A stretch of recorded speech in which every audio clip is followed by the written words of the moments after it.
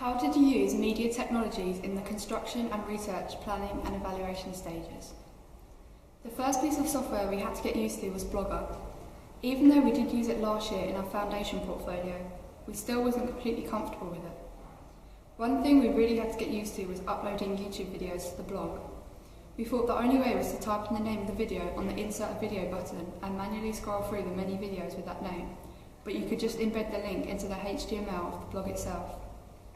This saved us a lot of time as we didn't have to waste it by searching the whole of YouTube for a specific video.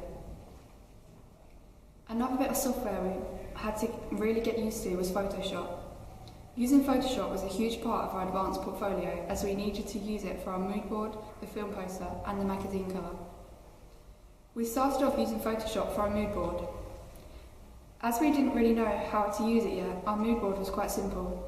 We just put many different photos on the page and slightly overlapped a few to fill the gaps. We also added some words that could be linked with our genre over the top, but we didn't know how to get rid of the white background behind them. If we were to redo it, I think we would make many more improvements as we have become more familiar with the programme, and we believe you could see this in our magazine cover and film poster. Another programme we used was SurveyMonkey. We use this for our target audience research.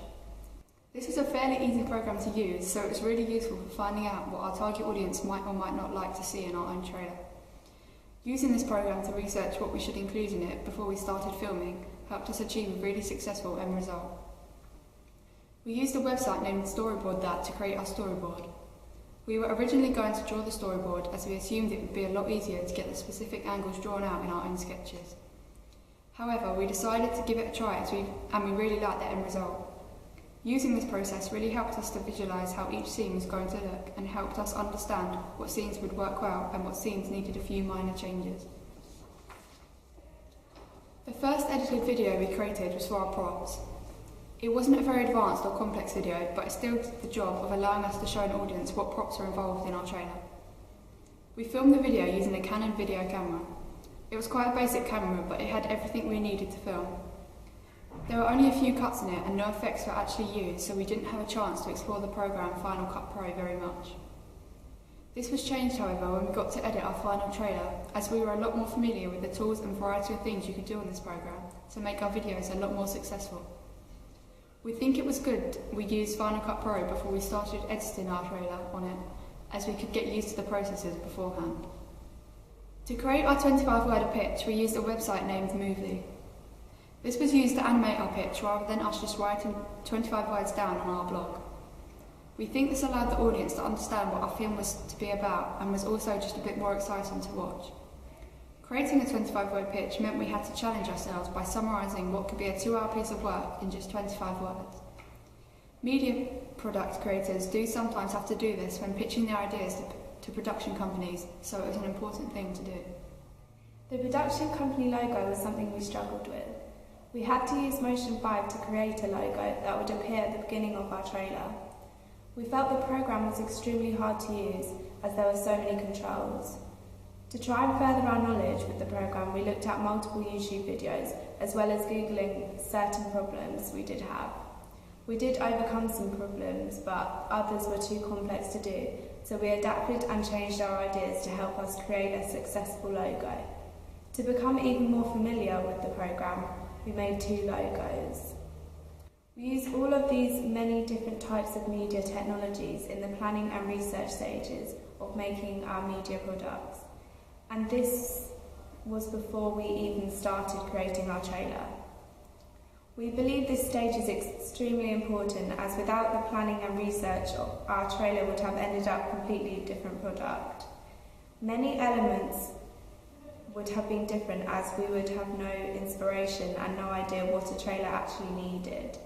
This stage is probably the most important of the whole process when making media products. Once our media products were complete, we had to evaluate them. We decided to video all of them as we could express exactly what we wanted to say, as well as adding in points as we went along if we thought we had something extra to say. One thing that was new to us, which we decided to use, was a green screen technology. We had never used this before and it was a lot of fun and a lot easier to use than we thought it would be. All we had to do was drag the keying effect onto the film footage and the green background was removed and a black screen appeared.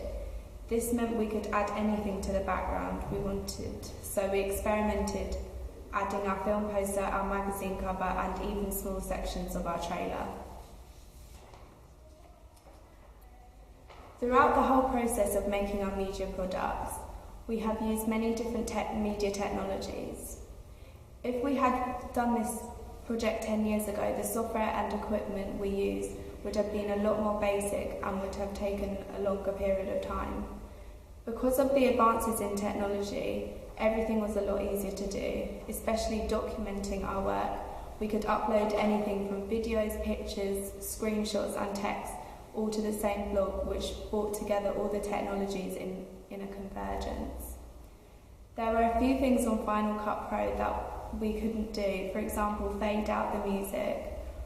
We had to do this manually by cutting the music ourselves and gradually fading it out ourselves.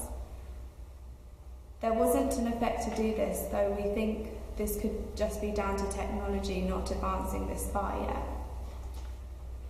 Although it has been challenging at times, it has been a lot of fun using so many types of media technologies.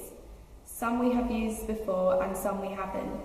Using these different technology programs and equipment have helped us present our thoughts on the research, planning and evaluation stages to our audience.